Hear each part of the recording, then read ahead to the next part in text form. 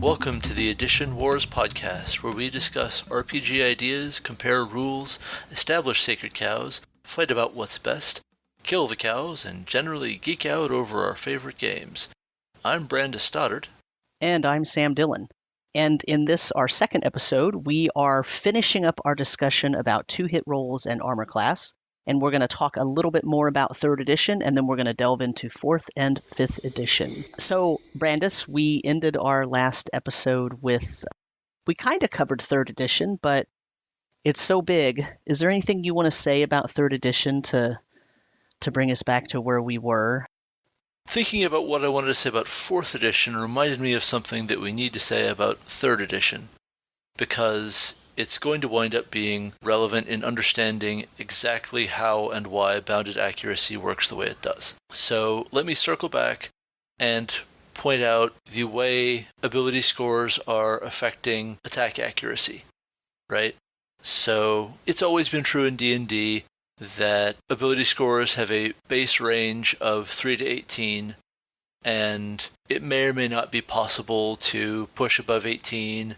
It varies by edition, and how you might do that varies by edition. Anyway, 3rd edition was the first edition of ability score improvement as a native part of level advancement. Your ability scores just go up at certain points. It's been a long time since I've looked at 3rd, but I believe that was 4th, 8th, 12th, 16th, 20th, and so on, and you were getting +1 to an ability score at those levels. Yep, I think you're right. I think it was every 4 levels. In previous editions, what that means is the only way your attributes could go up or down is either magic, so a potion or wish spell or something like that, or for them to go down, you could actually encounter a creature that would drain your wisdom, for example, and that score would go down, or drain your constitution, and that score would go down. And those things generally didn't recover, so you would have to use magical means to get them back up to their previous level. Right, and I don't want to get sidetracked on the full deep dive of ability scores, because that's stealing from a future show. What I just want to say about that is that in 3rd edition, there's no upper bound on ability scores, and the bonuses have a clear way to scale as high as you can push the ability score. So you've got magic items that grant you a +2, +4, or +6 to a stat, and then you've got, within the first 20 levels, 5 points of ability score bonus just from advancement. Maybe you get a tome that improves an ability score, but let's not count on that. It could happen, who knows. But you're looking at, let's call it a base possible +11 to an ability score. There are a few other sources of improvement that you might or might not be able to draw upon. So your overall possible accuracy depends very highly on your starting ability scores. A starting 18 is just going to be able to go higher than a starting 16 or 15 or wherever you are. And so there's an outsized importance to either good rolls if you're using randomized ability score generation, or to racial bonuses to ability scores. And so what winds up happening is that accuracy and spell accuracy, which is to say your spell stat, intelligence, wisdom, or charisma, really factors into race design in this sort of odd way. Why a lot of races don't grant bonuses, they only grant penalties to casting stats. So there's a lot of weird nuances that aren't super interesting to explain in detail necessarily, but they do matter in the overall design. And this is going to come back up in 4th edition. Right, and actually this also matters because as we sort of ended the last episode almost on a discussion about the shift in the game from, into 2nd edition. We talked about Thaco and how, as much as that might have been a bugbear of a thing to be saddled with, it was still a way for the player themselves to know what those numbers mean. And that actually shifted a huge amount into 3rd edition, because 3rd edition is a system that rewards system mastery, and the expectations completely flipped. In the previous editions, you weren't necessarily expected to know all the rules as a player, because the games all every previous edition before 3rd relied on a lot of DM fiat and rules adjudication that were in the sacred tomes of, the DM's guide and whatnot. Whereas in 3rd edition, everything's in the player's handbook, and the majority of rules are knowable. And with that comes the expectations that you will know the rules. And when you start knowing the rules, you are able to make a character that can be more focused on a certain subset of tasks that you want that character to be really good at. And knowing that brings us back around to the ability scores. Once you have your attributes, and once you know that if you're going to be a fighter, strength is the most important thing to you for these 12 reasons why. Not just the 2-hit roll, but several feats that might become available, and several different advancement opportunities, and different prestige class options, and all of these things are related to that attribute score.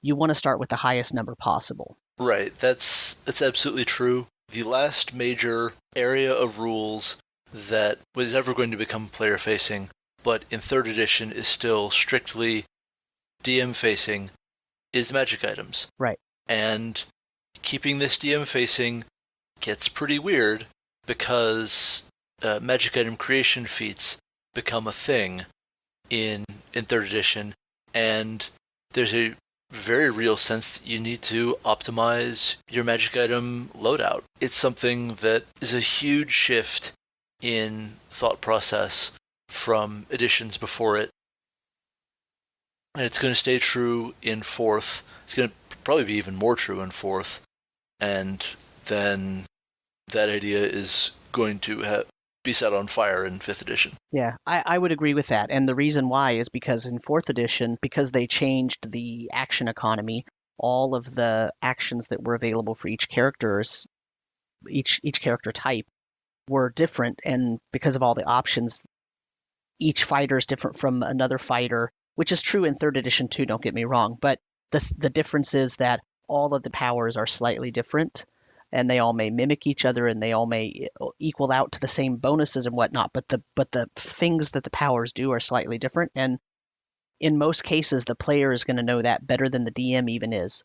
So in 4th edition, it kind of finished to the flip all the way, and now the players know the rules about how their character works, in some cases better than the DMs do. And in 4th, I think there's really very little need for the DMs to even understand how the player's powers work, as long as they understand the verbs and nouns and adjectives that are at stake. The keywords and how a push-pull works, how the action economy works, the overall rules, which also the players also understand. So, well, and everyone needs a pretty subtle understanding of the difference between a ranged attack and a close burst attack, and so on, and an area attack. Right. The most asked question about 4th edition: blast and burst, which one is which? Yep. That's the famous question for any new player or DM, is like, wait, what's happening? Yep. That you need to have a really nuanced understanding of all of those for 4th to work right. That's a different episode, though. If it's getting asked that often, it could probably be explained more clearly. But, right, yeah. You know yeah. what? Well, future episode. Right. I was going to say perhaps an unnecessary distinction. They could have simplified. But anyway, yeah, let's not... Yeah. Let's not have that episode right now. Look, I'm here for armchair design, but we got to end this someday. So really fully bridging into 4th edition, you once again have the pattern of starting ability score plus bonuses from advancement plus bonus from your level, and then a proficiency bonus from the weapon. That's a bit of a new twist. There's room to have a trade-off between a weapon that does more damage and a weapon that is more accurate. It's, 1 point of additional accuracy against 1 point of average damage most of the time, but there are also weapon special features and feats that key into weapons, and so on. So there's a lot of potential nuance there, but it's a decision you make once and live with for the most part. And how much you really care about that decision at each level seems like it's almost like there's a split between, well, there's the people who really care about optimizing everything and they need to keep up with the required, sort of 2-hit bonus that would be expected of their level. And then there's the type of player who doesn't really care about the math so much. They just want to get the powers that sound cool and make them feel like they're doing cool things. And on a one level to one level basis, that's not a big deal. But if 5 or 6 levels go by and one player has been completely optimizing everything and one player has just been picking the most cool sounding powers that don't necessarily optimize and don't make their 2-hit bonus with their particular weapon the highest it can possibly be, by the time 5 or 6 levels have gone by, that difference is really obvious at some tables. That's absolutely true. I was at a table that had a fair amount of, say, meta discussion of character building and character power, and in 4th edition, more than most, accuracy is king. Because if the attack doesn't hit, you do a lot less. There are plenty of attacks that still do something on a miss, but you are not getting your bang for your buck if the attack doesn't hit. There's a couple more things I want to drill down about in 4th edition attack math. One of which is a huge, huge shift. In every edition before this one, accuracy on attacks is spreading more and more as you advance, so that fighters are the most accurate, rogues and often clerics are a step behind them in accuracy, and wizards are the least accurate. And we explained this in good detail around 2nd edition, but it stayed true in 3rd with the base attack bonus progression. In 4th, everyone's attack bonus is progressing at the same rate, based on their level and their magic items. Right. Isn't it like half their level rounded down, Right. plus magic item, plus their attribute bonus or something? That's your basic what you're doing. Right. And if they're using a weapon attack, they have their proficiency bonus. But if it's not a weapon attack, if it's an implement attack, then they don't have an accuracy bonus there. And as a result, you are making effect attacks against fortitude, reflex, and will, which are now defenses that the attacker rolls against, and not saving throws that the defender is rolling to avoid an effect. Yeah, they're not really saving throws anymore. They are defenses. Right. Saving throw is still part of the game. It just means something else. Right. And this is actually a huge change in 4th edition, so probably also another episode. Right. Saving throws is definitely its own topic. It really was a huge shift, but it makes a difference because that actually affects the 2-hit, right? Because now we're not just talking about a 2-hit attack bonus or an attack value or a number that can affect only armor class. We sort of brought this topic together as we're going to talk about 2-hit rolls and attack bonuses and armor class, because those two things were married from 0th edition through basic to 1st and 2nd and 3rd, and now in 4th. They're married still, but now there's more there because there's reflex, will, and fortitude that are things that get attacked now. And so now your attack bonus it makes a difference now because you might be attacking a different defense than armor class. Right. It's now a much more complex relationship. Everything that we've talked about at this point is paired up against what's going on with AC that we also have to explain in the same level of care, because AC does work a little differently this time. Not definitionally. In terms of what we say AC means, it's within a standard deviation, Sure. The same definition. And I think I actually read the definition on the last episode, and it's basically the same. It did not have a lot of shifting there. Yeah. What's different is that AC is improved in some unusual ways. There's a new kind of gear treadmill for AC, where you not only have the armor and its magical bonus, but you've got to get upgraded materials at a couple of different level breakpoints. And if you aren't doing that, then your AC is actually falling behind the nominal curve. Right. And now you might think, dear listener, why do we care so much about keeping up? Isn't that just what optimizers do? And here's the answer to that. I'm not generally an optimizer myself. I like to play a cool concept, and I'll play it to role play. And, if my numbers aren't perfect, I don't care. As long as I'm generally in the ballpark, I'm not going to notice a difference of plus or minus 2. Except in 4th edition, the entire system was built upon an intricate balance. And one of the design goals was to create a system where all of the classes can be balanced, all the races can be balanced, everything can be balanced against each other, and every type of character at every level can all be equally as effective with very little finagling. Now, that last part, whether they were actually successful at that last thing or not, is questionable, but for sure, it is the most balanced edition, and it's kind of a different topic to talk about whether or not that's a good thing. So I'll leave that off to the side because that's actually a different episode. But the fact of the matter remains, that means that because the system relies on balance, we have to care about our abilities being on par with our teammates' abilities. Well, on one hand, being on par with the teammates' abilities, you can feel however you want about that, but you have to keep up with the monsters.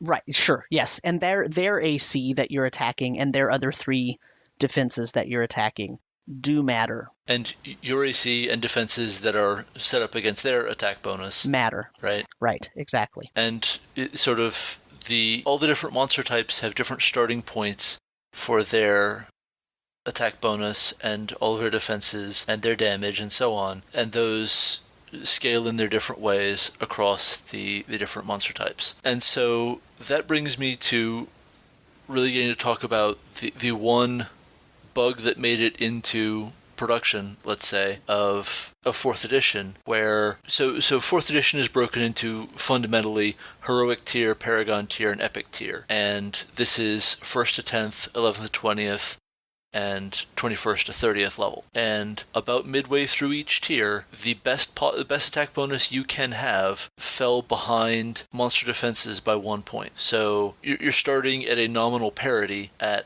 first level, or whatever parity means at first level, right? Right. And then you're falling behind level over level. Now, on one hand, you can say that you are balancing that out by all of the different ways that powers grant attack bonuses and combat advantage and all of the other things that powers have that are going on. I mean, your party has a leader because, Lord, don't play 4th edition without a leader on the team. I mean, as you're picking characters, is defender and then leader and then the rest of the team. Who cares? So you can hope that attack bonuses are going to balance that out, but those attack bonuses are really supposed to be giving you the edge, not getting you back to parity, right, for the most part. And 4th edition isn't really set up so that you are trying to use a bunch of powers just to either lower enemy defenses or improve your attack bonus so that you can then start throwing out the bigger effects. That's how 13th Age does it, and it's interesting, but that's not what 4th edition is trying to do. Mm-hmm. And so in the Player's Handbook 2, there are feats called Weapon Expertise and Implement Expertise that are intended to solve this problem, but that's what we call a feat tax. Right. Got to pick up this feat just to fix the math. Well, come on now. Right. Which is unfair to the player, right? Because what if you didn't care about that? See, that, and that's where, when I talk about, a player not being an optimizer and not caring about the math so much when they're picking their awesome powers that they earned this level, if that happens too much, by the time they get into mid-Paragon, they're so far behind, they're really ineffectual as a member of the team while there is an important situation, interaction going on, whether it's a combat or not. Yeah, exactly. I think that 4th edition does really punish sort of taking our eye off of a certain level of system mastery. You don't have to go crazy deep, but if you don't have a basic understanding of what's happening and why, I do think you sort of get left behind, and that's a very unfortunate aspect of how it all comes together. Yeah. And I don't think it was intended. I think the math, there were some errors, let's just say, and there was an explosion of different feats and different abilities and whatnot. And I think that for whatever reason that math occurred, and it wasn't on purpose. It was a flaw in the design that showed up that wasn't noticeable until the game was already released and everyone was playing it, and I agree with that. Another notable thing, magic items that improve your ability scores that are such a big thing in 3rd edition are completely gone in 4th. That's just not a thing at all. And so what that means is that all you've got improving your ability scores are your advancements from picking up levels, and with only your sort of starting stats and advancement points making up your ability score equation, well, both of those factors matter a lot. Right.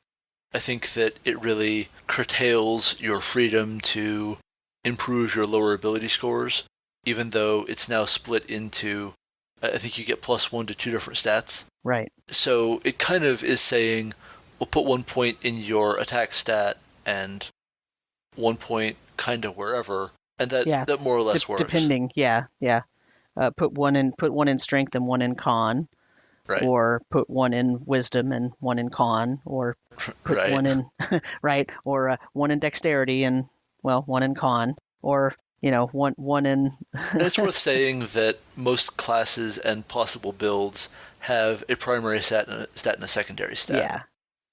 So you're probably improving your secondary stat a lot. Well, depends on your power choice. For sure. And again, we're getting into how much you have to optimize in 4th, and I was coming from a very optimization-friendly crowd, so, I can't speak to what everyone's 4th edition experience was, but in the optimization-friendly community I was part of, I think we really felt that the approach to this class has multiple secondary stat options was a bit of a, pick one and stick with it. So you're really only picking from a much shorter list of powers when you pick new attack powers, right? Because you've got to be hitting that same secondary stat. It's the only one you've been improving. Right. And so this all sort of comes together. Yeah, the game doesn't really work well from the player perspective if you decide halfway through your character's lifespan that the new source book came out and you just found this power you really, really want to have because it sounds so awesome, but it actually keys off of one of your possible secondary attributes that you haven't really been increasing.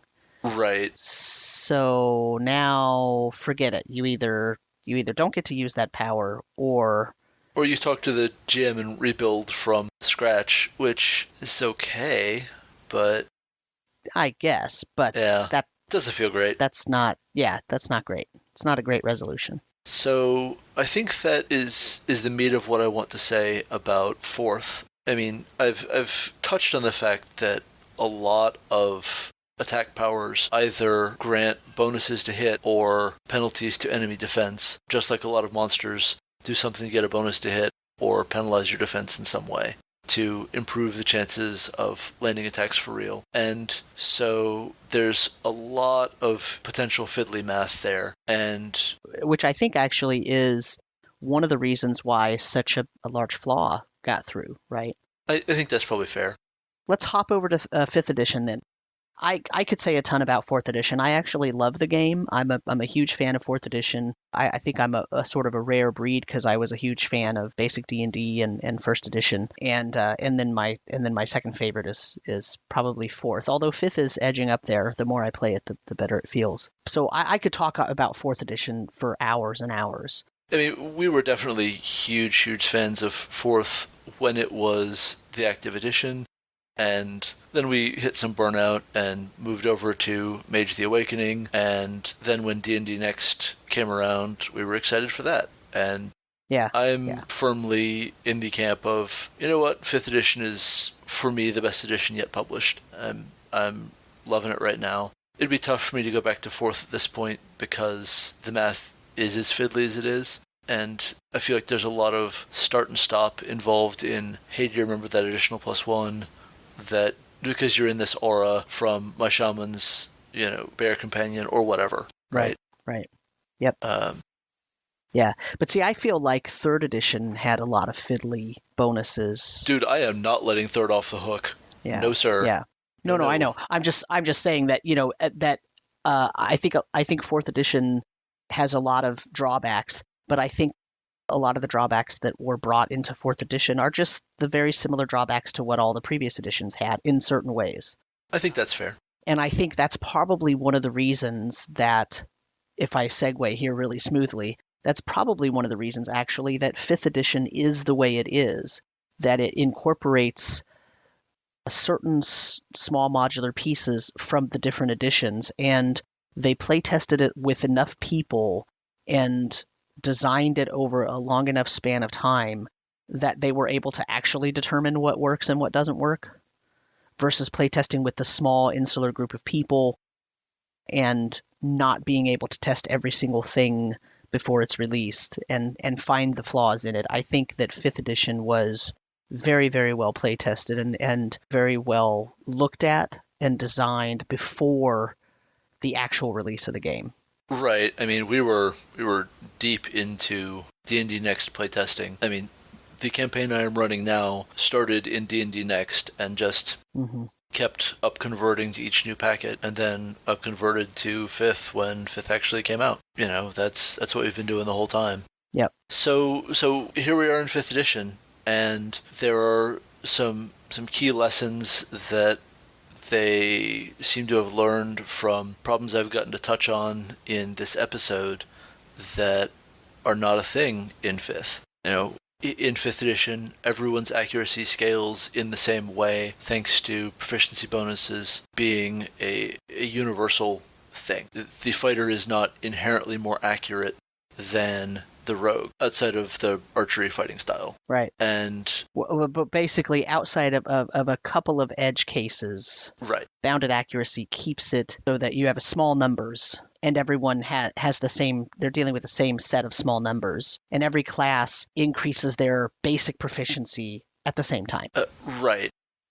So part of bounded accuracy, we need to explain what bounded accuracy really is. Yes. It's a term of work for you and me, but for our audience, it's the understanding that the D20 only has 20 possible outcomes, and this attack can't possibly succeed, and this attack can't possibly fail, aren't interesting, right? Well, or at least Yes. they're much less interesting in themselves. And so by bounding accuracy, that is to say, you can only get so likely to hit or find it so difficult to hit, right? AC doesn't scale off the charts. Attack bonuses don't scale off the charts. That they stay within a certain range of each other. That means that things stay interesting for longer. So if we give some solid numbers for those of you maybe who never played 4th edition, if I'm looking at 4th edition, I might have a creature that's part of a battle, and its armor class might be 48. And what that means is I have to roll a 20. If their armor class is 48 and I roll a 20, that means I need a 28 more. So I have to have a bonus of at least 28. Yep. So my bonus has to be larger than the D20, which is insane, right? And these numbers, that number I'm flying, I'm not just making up a number. There are creatures with the 48 AC. Oh, for sure. There are creatures with a 30 AC. There are creatures with a 27 AC, and you're trying to hit it at 3rd level. Exactly. And there's a very real sense that you're only able to get an interesting fight out of monsters in a level band of +4, +4, -4, +5, -5. Right. Set it how you want, but a fairly tight level band from wherever you are right now. in the 5th edition bounded accuracy environment, setting aside the fact that it's a 1 to 20 game rather than a 1 to 30 game, a large number of low-level creatures stays a real threat until quite late in the game. Right. Sure, your fireballs and your cloud kills are going to really, really clean up. That's fine. But massed archery fire from a bunch of weenies is a really good way to threaten even a pretty high-level party, because while monsters are not going to hit as often, because ACs are going to mean they need to roll, let's say, 17 plus to land a hit, large number theory teaches us that they're going to get hit a lot if archery fire is sufficiently massed. If the creature needs to only roll like a 17 or better because it's 20 or 30 regular old goblins with regular old short bows firing against a high-level party, well, sure, a lot of their attacks are going to miss, but enough of them are going to hit before you can destroy all of them that it's still going to be a bad problem.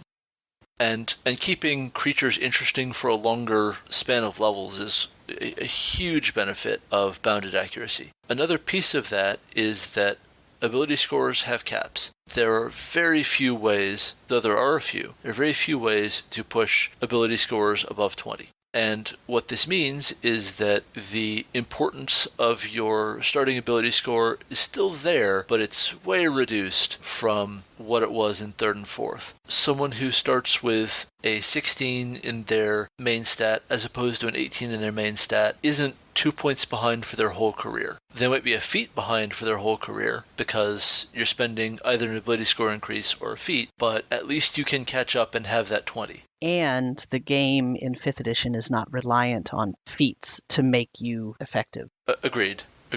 It's possible to make, because of the way that, but that's by design. It's not that they've designed crappy feats. It's that they designed it so that feats, you're making a choice. You either increase your ability score or you get a feat. And so the feat is sort of a package. It's not just a +1 bonus in one single situation or something. It's a package of abilities that you get. And it's meant to be useful for the long term in small ways versus an ability score that will affect everything that has to do with that ability score for the long term. So it's meant to have a little bit of equalness there. And it's a tough choice sometimes whether you increase your ability score versus get a feat. But I know groups that have played games and they just don't use feats. They just play with ability score increases and everything else. I think that they're incredibly well designed for making those some thorny choices. Right. So I want to go back before we move too far beyond this, but I also want to mention that, the reason that we picked the 2-hit attack roll and armor class as the first topic is that it is one of the main components of the game through every edition. It's what's one of the mainstays, right? You can't take 2-hit rolls and armor class away and still be playing D&D. And so here's why I'm saying that, because in 4th edition, because you had situations where you could have minions in there because of the minion rules, and you could, theoretically, a fighter could face 10 or 15 minions around them and still survive with no problem, or maybe with just a tiny bit of problem. That's a very different scenario than in 5th edition, where if a fighter gets surrounded by 15 little minion-y type goblins, even if we were to sort of homebrew the rules and make those goblins only have 1 hit point, the fact that there's 15 of those is going to really push on that PC. And so what that does is it forces a difference in gameplay, because if you look over the wall or the cliff or the edge, or you're looking down the beach or across the hill or whatever, and you see a horde of 40 goblins, you don't just run out and meet them in battle in 5th edition. You have to plan, you have to figure out how you can maybe get around them, how you can use some stealth, maybe you want to use some diplomacy. You're not necessarily just looking at your 2-hit roll and saying, let's see, let me do some math. Where is my best place to go where I can attack the most of these and have the best accuracy because of my stats? And that is something that you might do in 4th edition. You might say, okay, well, I know the game is balanced, so I know that we are expected, if we play skillfully, to be able to succeed at this challenge. And this challenge is 50 goblins on the other hill, and I need to run at them, and I need to make sure I have the best positioning, and I utilize the best of my abilities. In 5th edition, you don't do that, because you will be slaughtered. You can be 12th level, and they can all be little teeny tiny, armor class 9 goblins, and they will still do some damage to you. You might not survive. Right, I definitely agree with that. The inverse case in 5th edition is one of the things that I do still hear as significant criticisms of the edition. And so I want to call it out real quick. Solo monsters in 5th edition are not the greatest idea because their ACs don't scale incredibly high. They don't scale to be punishingly hard to hit, and their hit points aren't leaps and bounds beyond comparable monsters. They've got legendary actions, and that's great, and they've got legendary resistances, and that's great, all for it, but they aren't leaps and bounds better than a non-solo monster of the same CR. There's not a concept of normal elite solo like you have in 4th edition monster design. So if you're expecting the Death Knight or the Dragon or whatever to stand up on its own against 4 to 6 PCs, you're probably going to be disappointed as a DM. That's not really how the edition works.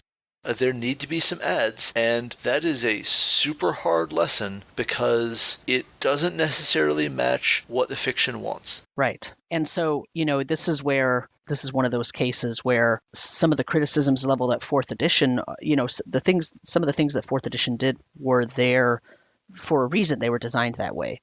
And it specifically was so that you could have mass battles with a small party, 4 to 5 PCs, and a huge amount of creatures in the combat, plus terrain effects and different environmental things going on.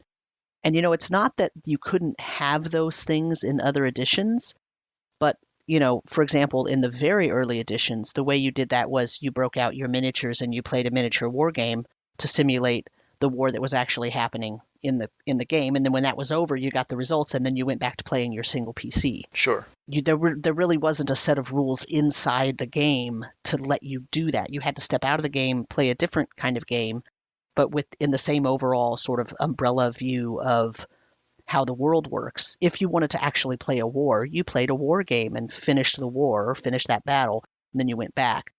You only played single characters as one-on-one entities. And if you ran across a horde and you didn't want to run that other combat simulation kind of thing, you didn't do it. You found a way around it. You found a way to use diplomacy, or you found a way to use intrigue, or you found a way to sneak through or around the group and then make them turn away on their own rather than fighting the battle. Well, there's one rule I want to call out from AD&D that is a bit of a countervailing concept, right? Mm-hmm. Which is that if you are fighting creatures that have less than 1 hit die, and you are a fighter, you make a number of attacks equal to your level rather than 1 attack. So you do get to cleave through some kinds of mooks in just a horrifying shower of blood violence.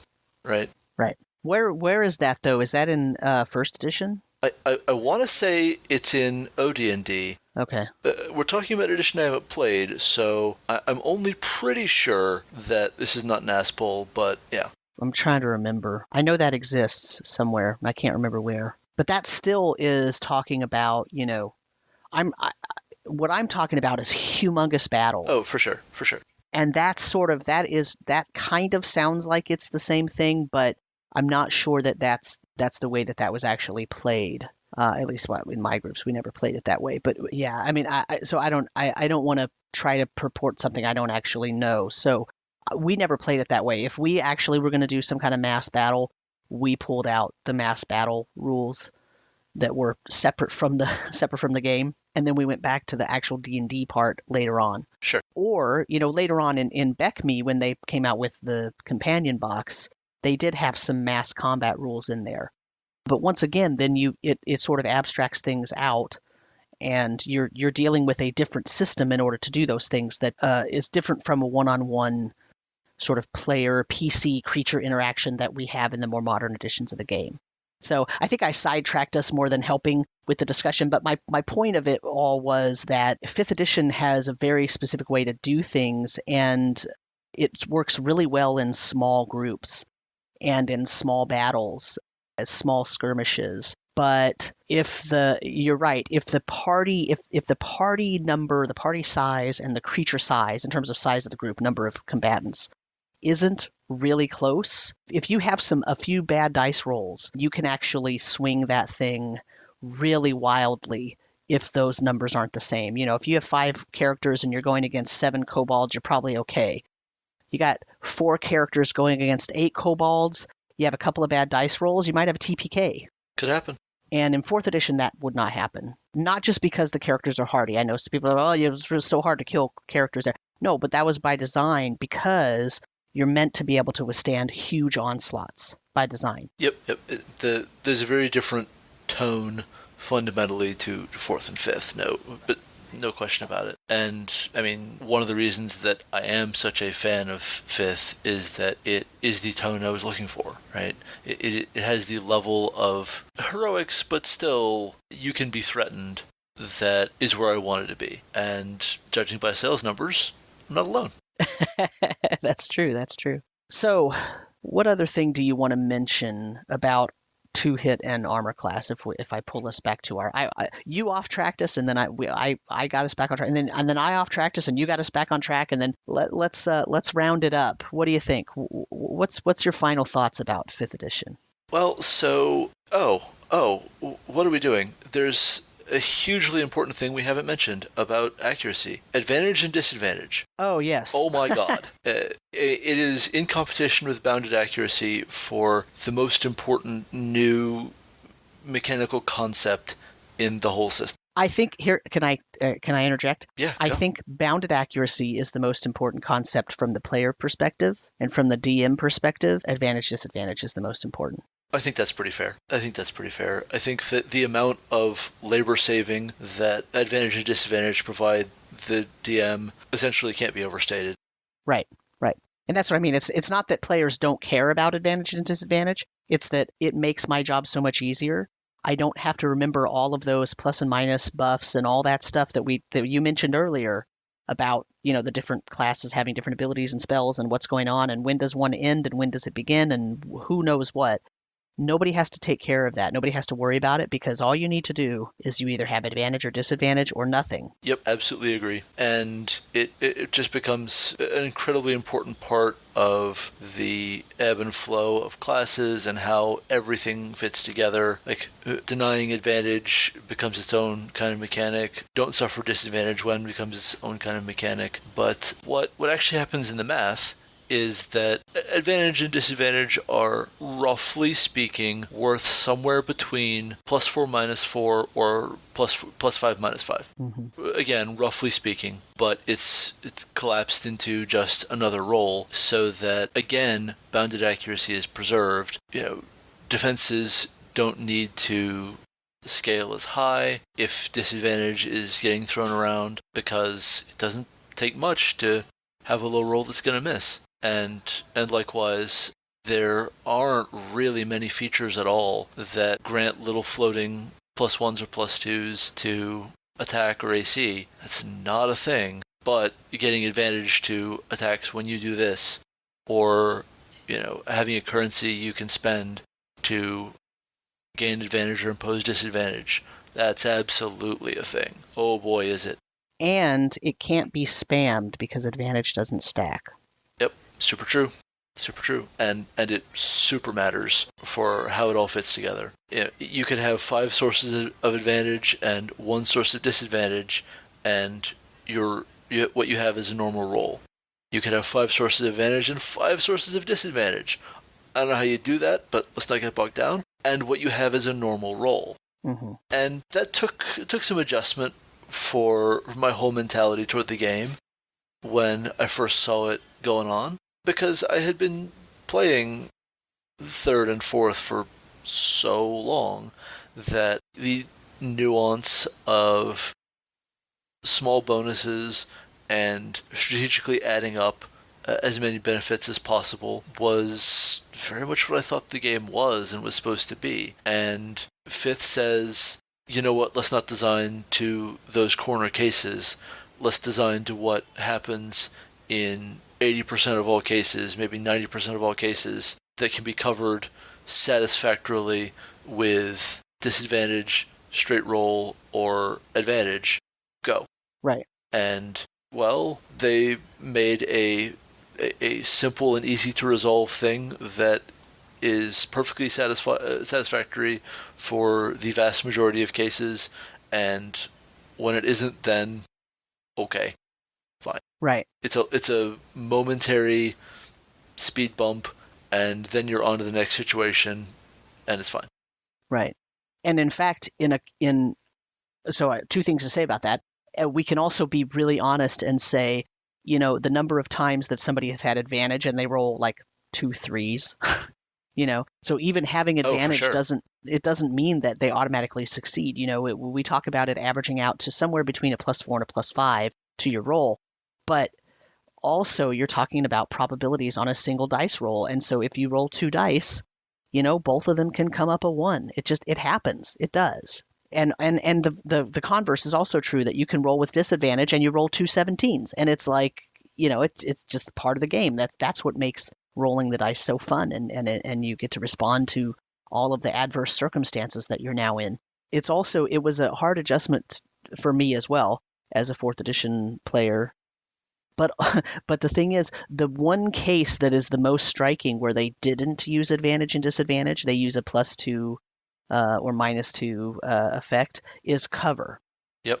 And it is the most annoying thing. So I just house rule that, and I end up using just advantage or disadvantage depending on how much cover, Okay. because it's too much of a pain to worry about the +2, or is it a +4, or is it, well, who cares? Why do I want to break the stream of the game, right? Like, I understand cover can have different amounts, but I can get into the nitty-gritty about a lot of different things, and I choose not to because of the advantage disadvantage mechanic. So Sure. For me personally, that becomes sort of the one thing I need to store in my mind, and so it's easy. The one other thing that bounded accuracy and advantage disadvantage as being so much of the equation does is that, oh man, is Bless a good spell. Can we talk for a second about how good Bless is in 5th edition?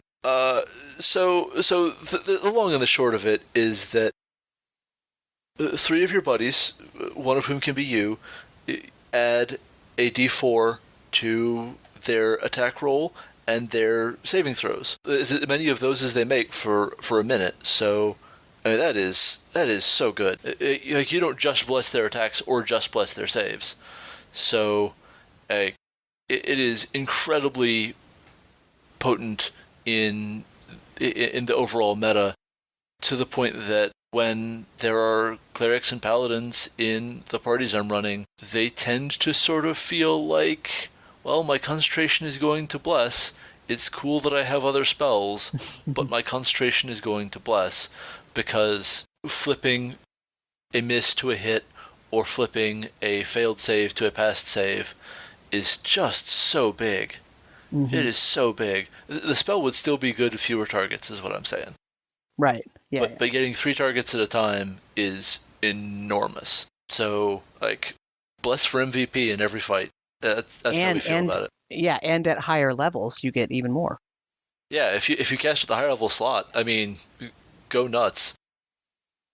You could be getting tons of people, and it's still a good performer compared to other spells of those higher levels. No question. Right. And the thing about Bless is you can actually use it as a narrative lever, because why is whatever divine power you're using in your game blessing this? Sure. Right? And the cleric and the paladin who are spamming bless spells all the time, are they still pious? Are they still looked upon with favor by their deity, or wherever their divine power source is, right?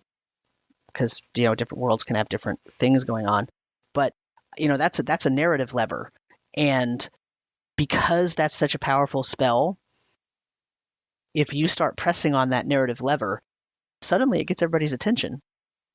Yeah, I would maybe lose some friends over that one. Oh boy.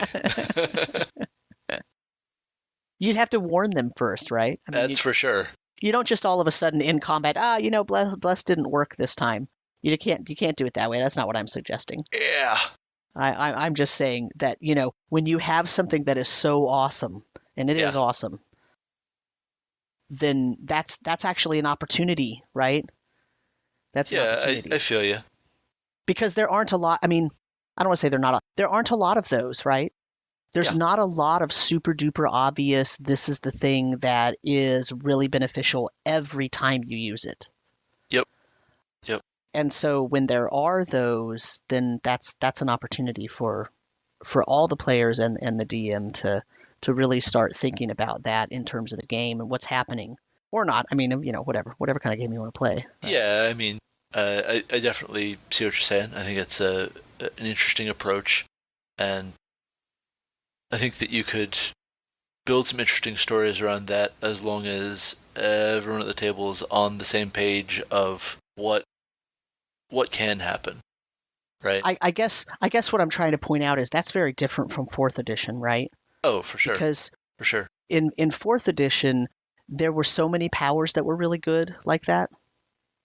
That if I try to use some kind of narrative button or some kind of narrative teaser as the DM to try to push the players, to try to challenge the players or push a certain aesthetic onto the game, it's harder to do because they can just pivot to a different power that does the same thing, right? Or basically the same thing. Yeah. And so the gameplay is just very different. So in 5th edition, the fact that you can point to maybe a handful of spells that have that much of an effect, you can start pushing on that narrative in a way it's going to have a very different outcome than in 4th edition. And so that simple fact of having just a few spells that really affect the game, and specifically just a couple that really affect the 2-hit ability of a large number of the members of the party, that makes a huge difference to the game. So it becomes a lever that the DM can push on as well as the players.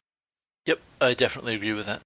So I think that brings us to a pretty good point in talking about accuracy and AC in 3rd, 4th, and 5th edition. What do you think, Sam?